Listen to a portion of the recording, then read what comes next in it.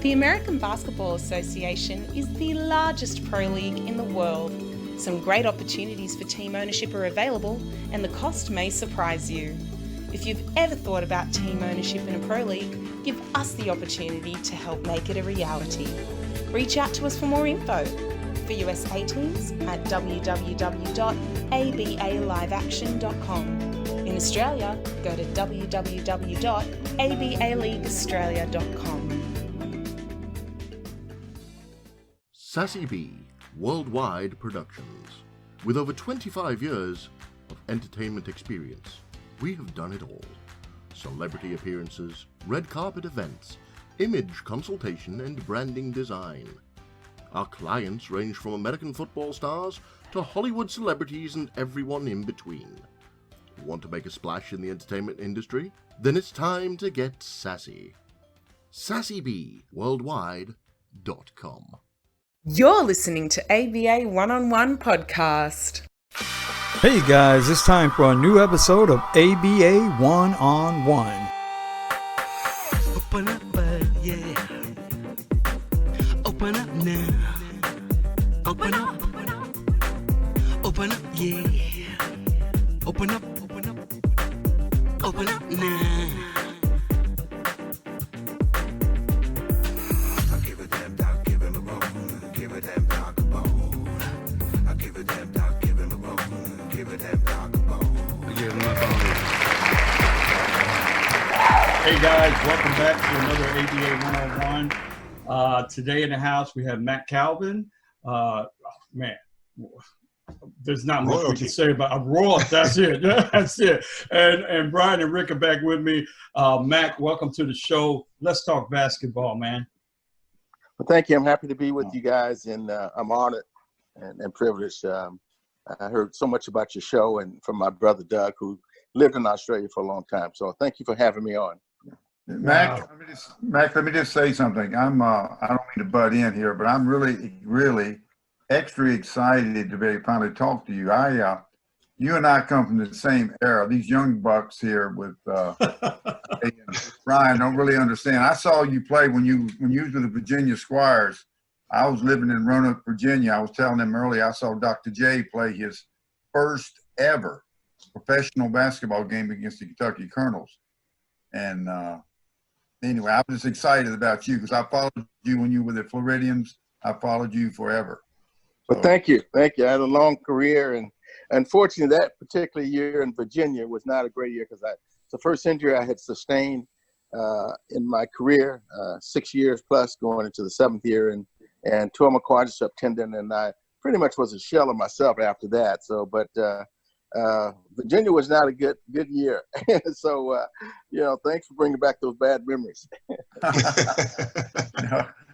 I've always been, I'm a basketball historian, and I know about you. And when you were at Southern Cal, and who did you play for at Southern Cal? Bob Boyd was the head coach there. That's right.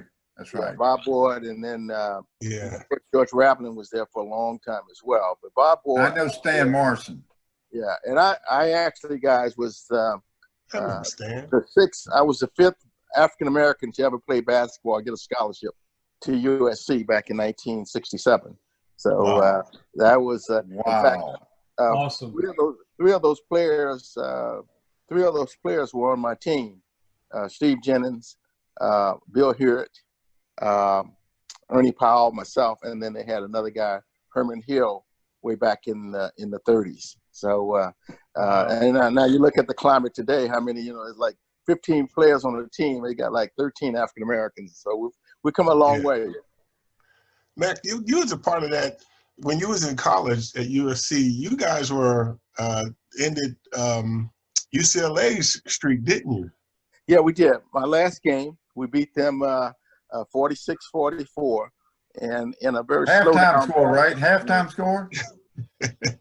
Yeah, no, we averaged about 70. We averaged about 75 points a game during that year, but we had practiced a stall game, kind of delay game, they called it back in those days, all year. And this never really knew why we thought it was just, to kill the time. But it was really preparing us. Bob Boyle was preparing us for that last game at Pauley Pavilion, and so that's what we did. And then we almost beat them the night before. In those days, you played back to back, and on Friday and Saturday, and we lost in double overtime on that Friday night. Probably one of my better college games. I think I had about 34 points that game, but we lost in the double overtime, and was going to play them the next night at Pauley Pavilion, which they had won like 51 straight games at home. Yeah. I don't know how many consecutive games, but we just pulled Kareem or Lou Alcindor at the time, it was his name, and away from the basket. I would drive, penetrate, and hit the open guy or take it to the basket, and it was successful. And again, those days they did not have the shot clock, 40-second shot clock they have like they have now, and so we just stalled and we beat them. Or the 3-point line. Wow. No, 3-point line. Obviously, we'll talk about that. Started in the ABA, but there was obviously no dunking at that time. That's right. With Lou Alcindor, and so when he left, they right after that game, the next year they implemented I think it was a 30 seconds or 40-second shot clock. 45 seconds. and then now then they allow dunking. So and then of course. We'll get into it a little later about the ABA, some of the things that we changed the game, revolutionized the game today, and with the 3-point shot. But there was also some other innovative things that the ABA brought to the merger. And, I'll share that with you. I don't want to open up the Cracker Jack box right now. So, But with it, Mac, having said that, man, this is your show today, man. We are honored to have you here. Like just for me, for you guys, Rick, CJ, I met Mac. I got drafted by Milwaukee, long time ago, back in 1987, I think it was. And Beach basket. And I came in, and Mac was the assistant coach with Dale Harris and Mike Dunleavy. Right. And that's why I first met Mac. And oddly enough, that following year, I came to Australia. But before I even came to Australia, I had my brother was over here, and, a good friend of his is Doug Calvin, Mac's brother. Oh. And I was speaking to my brother on the phone. I was still in the States. And then he's like, I heard this guy talking in the background, just talking in the background. And my brother passed over the phone to him. And I had never met Doug in my life. And we were on the phone just jarring back and forth. He's one of the funniest dudes, and just jarring back and forth. And when I came here, I finally met him. And, again, that family tree, you guys, man, Mac, again, with you, with Doug, it's been a blessing. Me and Doug, we were just on the phone not too long ago, about 4 days ago. So, thanks for being on board, man. And again, it's your show. It's your show, man. I appreciate it. I remember you, Brian. Unfortunately, we had a very talented team, and we were probably the 4th or 5th best team in our conference. In those days, you had obviously Detroit, Chicago with Michael Jordan, Boston, and who else was good? Atlanta with Dominique Wilkins, and we were very good. We had some great players: Ricky Pierce, Sidney Moncrief, Hall of Fame, Paul Pressey, Jack Sigma. Terry Cummins. So we had a great group of team, and you were a young kid, for some of you guys that's on the show, Brian was a heck of a player. He was a very skilled player, but the word in the scouting report when he came to camp is that he's an all-around player, but he had problems guarding his luggage at the airport. So that was So he has some defensive lapses. So I'm gonna be honest. Brian, you never mentioned this, Brian. See, I'm gonna be honest, Mac. There was one thing that, and this is true story. Is the one thing that, remember Doc? Doc was the trainer with the Bucks that year, and when I arrived, see, people didn't know that I tore my ankle up 2 days before attending training camp. And when I came, Doc used to be like, I actually had on I wear a size 12, and I had a 14 shoe on my left foot and a size 12 on my right foot. And I had that much padding in the shoe and that much tape on my ankle that when we were doing those camps, those 3-a-days, I used to go back to the hotel room and just lay in my bed and leave the door open. And then when the van came around, got up, got in the van, went and did the workouts. And Doc was telling me, he's like, "Why are you doing this?" And I just said, "I guess it's my only shot." This is true story. And that last day, I couldn't. We were down to 13, I believe it was, that last day. And I remember I walked off the court and went to the locker room, and that was it. I really couldn't walk anymore, to be honest. No, I remember that. I remember you and I having some conversation, and I don't know if you remember, we had Tito Horford on the team as well, and whose son is the young Horford now, and Jerry Reynolds, and but you would have made the squad today because they have the G League and they carry 15 players, but you were very skilled. You knew the game and had problems. I was just kidding about the defense, man. So. Oh no, that's all right. The defense, I don't never let the truth have a good story. There you go. Hey, Mac, don't give him too much credit because we'll never hear the end of it, man. Don't go there. Don't go there.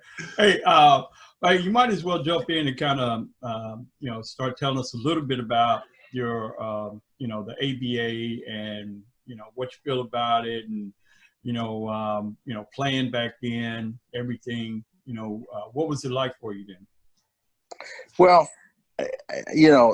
thanks for asking me the question. So I was one of the great overachievers. Because out of high school, I grew up early years in Texas, Fort Worth, Texas, and parents moved to California, Watts, South Central, I guess, when I was, like 7, 8 years old, and grew up in the projects playing ball. And then my parents moved to Long Beach when I was like 13, 14 years old. So I was fortunate to go to one of the great high schools, Long Beach Poly, who was a renowned high school. And so I remember playing basketball outside.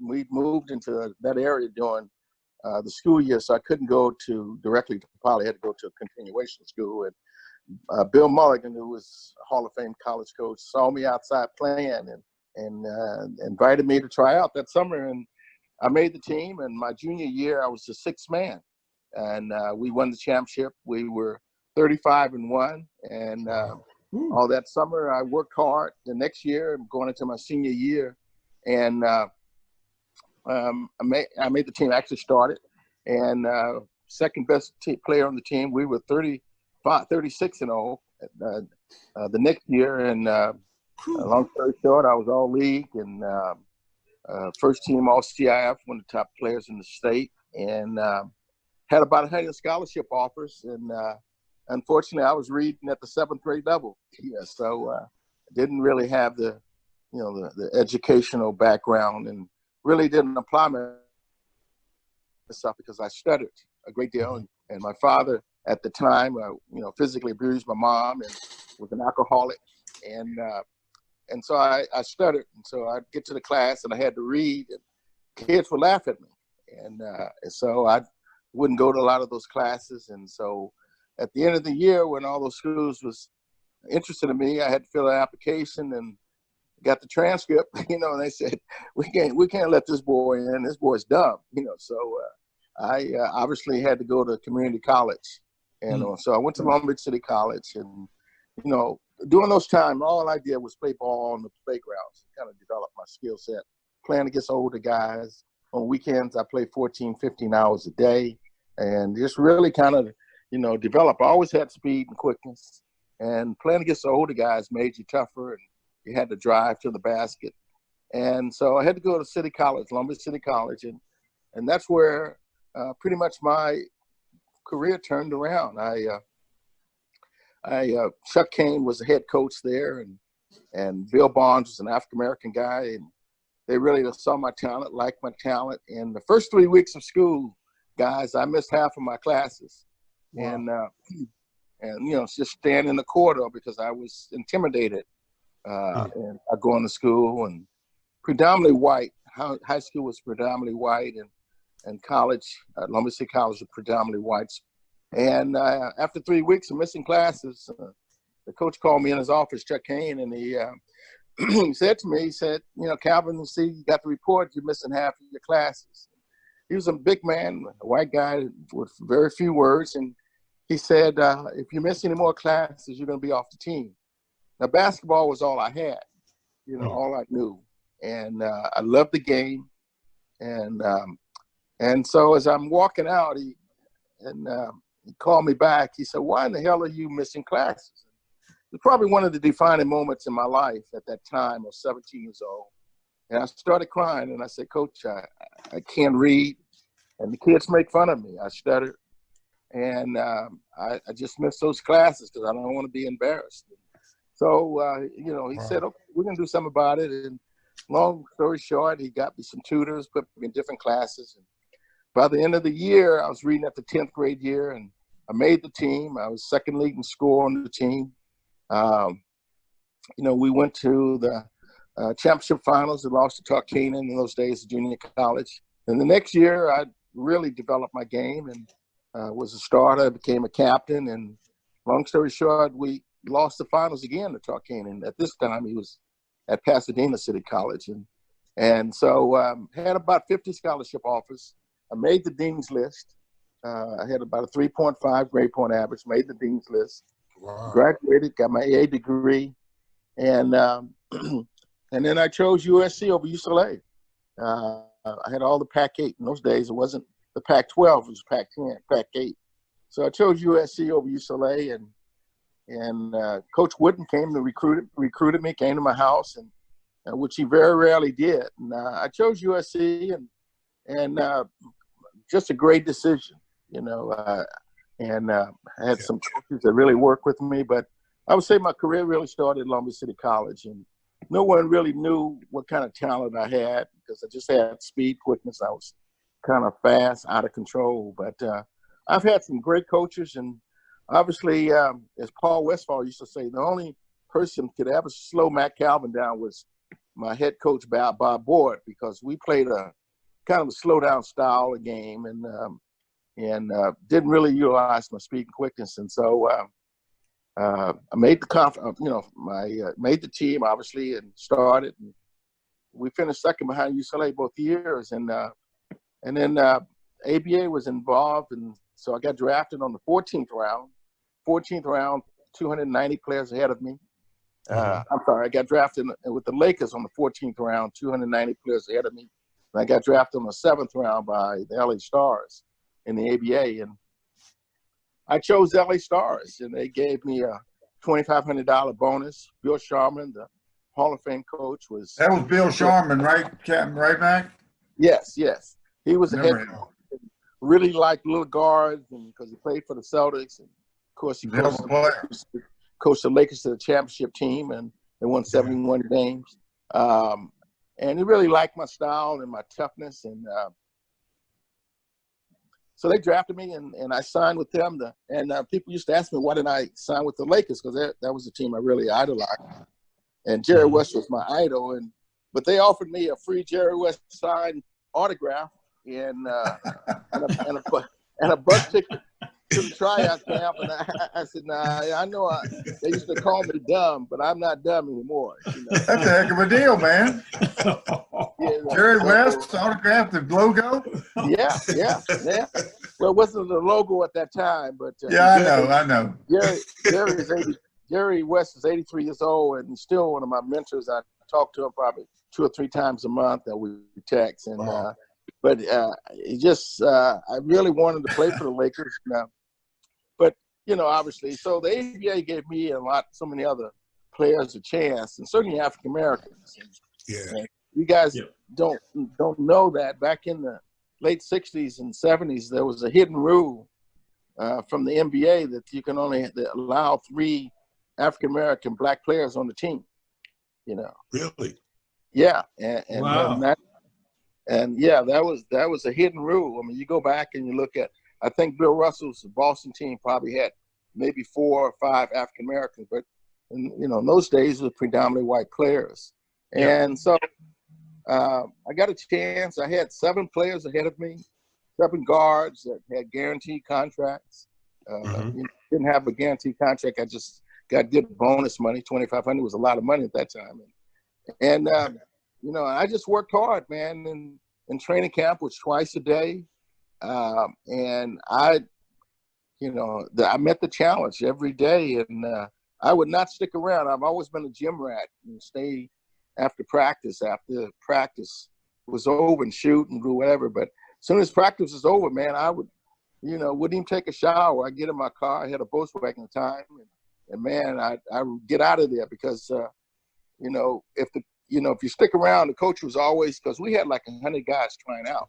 And so they were cutting 25, 30 players after every practice. And I didn't want to wait around. So for him to cut me, even though I was playing well, that's the serious story. And, Wow.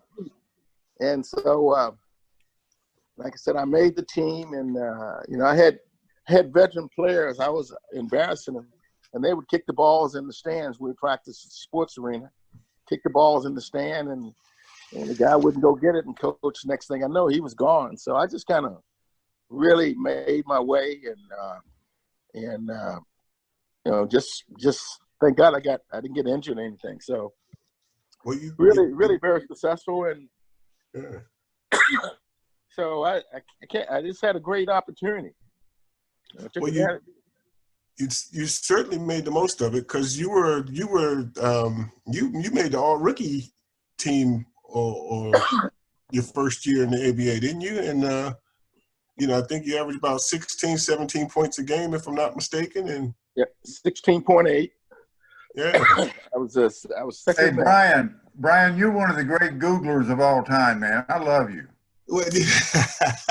I love you, Brian. Just I won't go on record as saying that. You're great. Hey, well, listen. I make it a point to know about people we talk to. Well, I averaged 16.8, and once again we had another great player on our team named Willie Wise. And I love Willie Wise. Yeah. Was Elmo Beatty on it? And so we won 23 out of our last 26 ball games just to make the playoffs. And played Spencer Haywood with the Denver Nuggets the first round. And I went from averaging 16.8, that's like 17 points, to 27 in the playoffs. And so we beat Denver the first round. And then we beat Dallas. Those teams were way ahead of us. And during the playoffs, I averaged close to 30 points a game. And I know the one game against Dallas, I remember as if it was yesterday. I had 44 points and 16 assists. And it's still a rookie record today in terms of points. There's been rookies score a lot more points, but no one's ever had 16 assists. And so we beat Dallas. And then we went to the finals against Indiana Pacers, who had a great team, and they beat us 4-2, and that was pretty much the end of the LA Stars. They moved to Utah, and that was Elmo Beatty. The next year was Zelmo. Zelmo came actually my rookie year, but they wouldn't allow him to. He had to go to court. The NBA would not allow him to jump leagues, but the next year. And that summer, they traded me to Miami because they had Bill Daniels, a cable guy. He bought the team, moved it to Utah. They had a general manager by the name of Vince Barella, who had played in the NBA and very well-known guy. And he didn't think a little guy like myself would make it in the NBA because there was talks of the merger back in late 60s, early 70s. And he didn't think a little guy like myself could be an asset and be good because of the big guards in the NBA. And so he traded me to Miami, which really where my career took off, because the next year I averaged 27 points a game, made first team all league it was a 3-time first team all league player and 2 times, twice second team all time player. And when you were in Miami, that's when I started really following you closely. We had Ron Perry was there. Ron Perry played there. Yes, yeah. I knew Ron, and we had another guy named Larry Jones who started with the ABA and was, you know, a 25-point per game guy in Denver, and they traded him to Miami. So he and I, we averaged close to 50, a little over 50 points per game, 54 points a game between the two of us. And again, neither one of us knew how to spell defense or play defense, but we. and I love Miami. You know, we had a great team down there, and the interesting thing, guys, about the ABA, you know, those teams folded every 2 or 3 years. So if you look and see all the teams that I played with, you know, 3 of those teams are folded. LA Stars moved to Utah, and then I played 2 years in Miami, which I really loved, and they folded. City. And they folded, and I was put in a dispersal draft, and I went to Carolina, which was another great move. And I played with the great Billy Cunningham and the great Joe Caldwell. Doug Moe was on that team, I believe. Doug Moe, it's interesting. Doug was the head. He was assistant coach. Larry Brown became the head coach. Yeah. But we had Billy Cunningham and Joe Caldwell and some great players, Ted McClain, Howard McCain. And and so we our first year, I think we won 55 ball games, and got to the conference finals. And again, that was Larry Brown's first year. So we were there 2 years, and they folded. And I might add and tell you guys, Joe Caldwell was a guy that jumped from the NBA to the ABA, and it was a great player, Olympian player. And then of course Billy Cunningham, who's a Hall of Famer, had jumped from the NBA from Philadelphia 76ers to the ABA. That's right. Yep. Yeah. And still, but the great story behind Joe Caldwell, who's another great friend of mine, his grandson is Marvin Bagley III. Yep. Oh, really? Wow. Yeah. Joe Caldwell could jump out, literally out of the gym. First one to jump over a car. Yep. And it was Cadillac. Arizona State. Yeah, Wow. and he's got another grandson named Marcus, who signed to play ball at Arizona State, and that's 6'7", 6'8", and much better than his brother, in my opinion. I've seen him. So just great. And of course, a guy named Ed Manning played down there, and of course his son was Danny Manning. You know, played with the Soul. Pretty amazing. Look, we're about to run out of time here, Mac. We got about 10 minutes left here. I just want to, what's the most crazy things happened to you since you've been playing ball?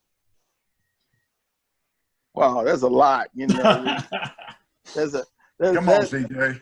You know, the ABA owners was noted for not being able to pay these guys a paycheck. And my rookie year, man, I had a $15,000 contract. And, you know, we would practice at 5 o'clock in the afternoon. The banks closed at 3, and so they did that on purpose. And we caught the guy right in the face. We come out of practice, he would be hiding in the bushes, you know.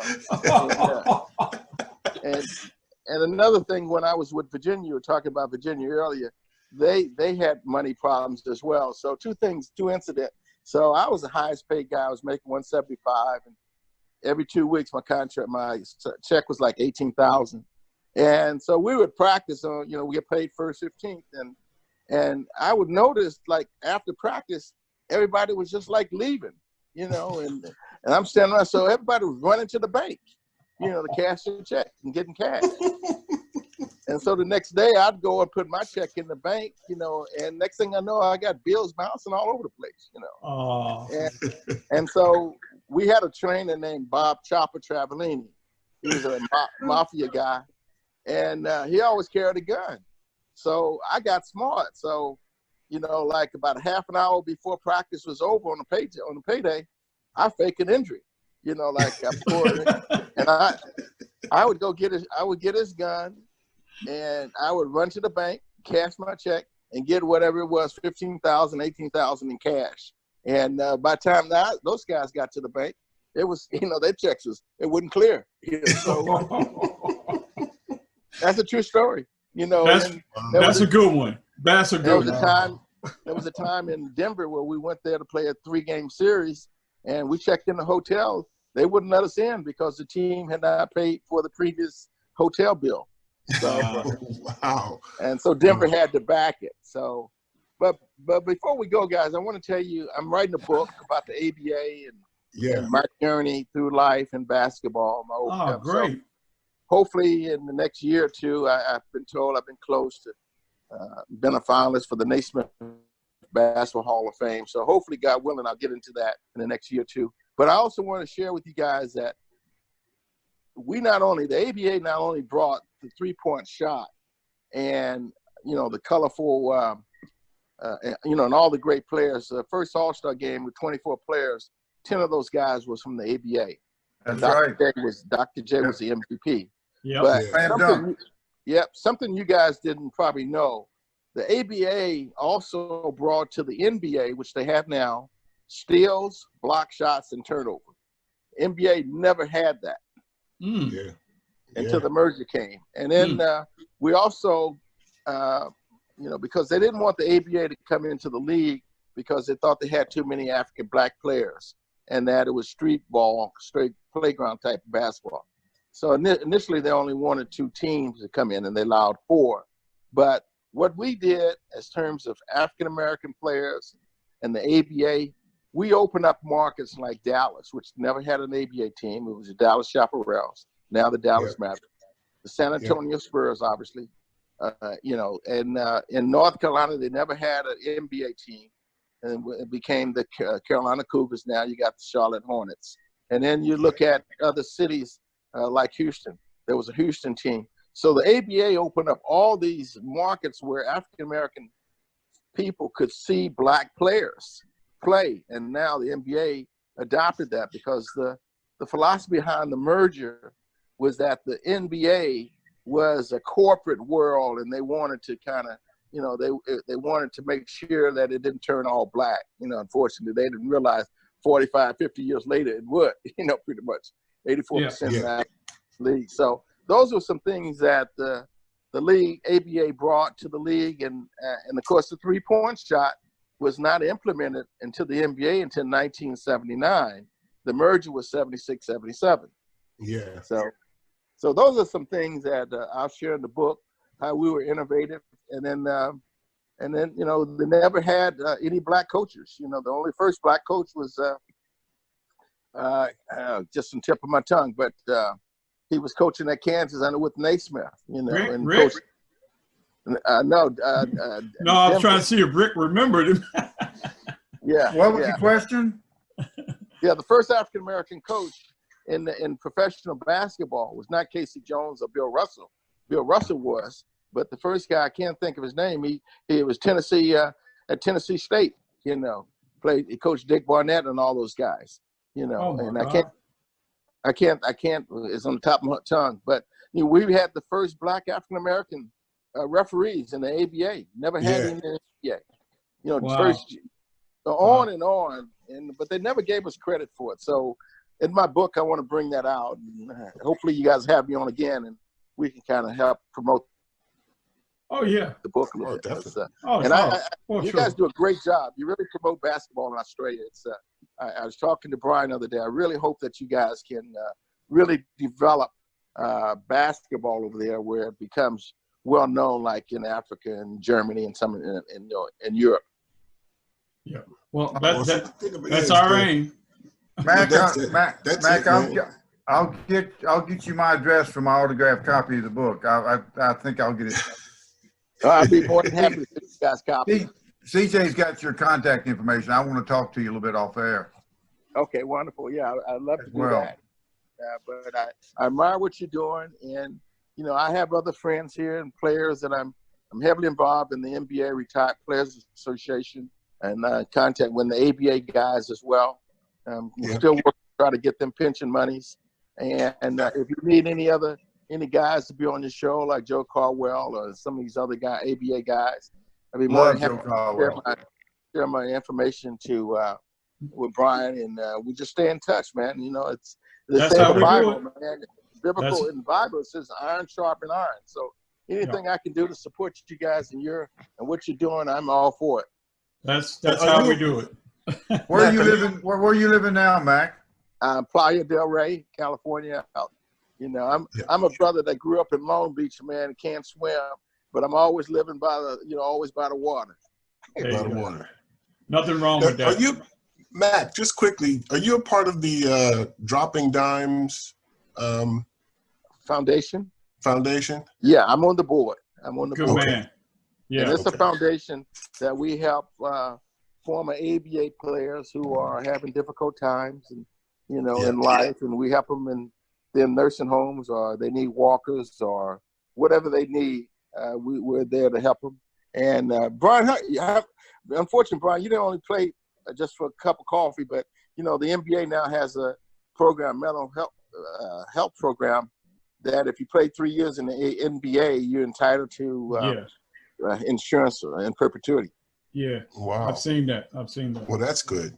That's good because because the lifespan or the career span of a lot of professional athletes nowadays is but a minute, if that. Yeah, it is, and unfortunately, you have so many guys that are destitute and really have financial issues, and so we don't help them that much financially because it's not a large pool of money, but we do help them with resources if they're medical. And the ABA guys are dying off, and that's why the NBA and Chris Paul and LeBron set that passed that program, because Moses Malone died of a heart attack when he wasn't even detected. Same with Darryl Dawkins and some of these other players. So now you can get screened. You got dental and eye and insurance, as well as the medical. So awesome. 73, man, I take advantage of it. Awesome. Hey guys, look, we're gonna have to wrap it up right about there. We're about to run out of time here, but Mac, look, we're definitely gonna have you back on the show, man, and we're definitely gonna reach out to you outside the show to catch up on some of this stuff. But once again, thank you for being on the show, Rick, Brian. Thank you as usual, and let's do it all again. And thank everyone out there for watching, listening to ABA 101. Great talking to you, Mac. Thanks, Keep doing Mac. what you're doing, man. I appreciate you. Thank you. Okay, I'll give you a call. Thanks, all Mac. right, guys. Take care, guys. Come explore the No Strings Attached e-news online magazine. Our global array of authors inspire, delight, and educate with practical and entertaining articles. And with Focus On, we help producers of film, web series, and other video content attract a wider audience. Plus, your project can stream on Roku, Apple TV, Fire TV, and more with our media partners E360 TV and NETV. No Strings Attached e-news, focusing on human interest. Advertising available, nsaen.com. The best way to keep up with everything happening around here at ABA 101 is to join our monthly newsletter. Just for joining, we give you $230 worth of free gifts from our sponsors once you confirm your email address.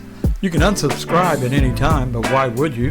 Just go to our website, www.aba101.club, scroll to the bottom of the page, and subscribe.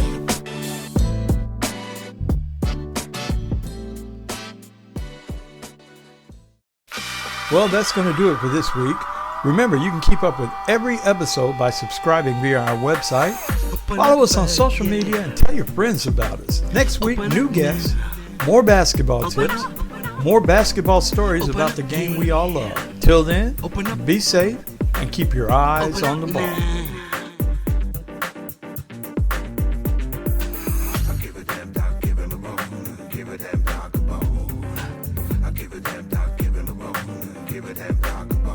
Give him a bone.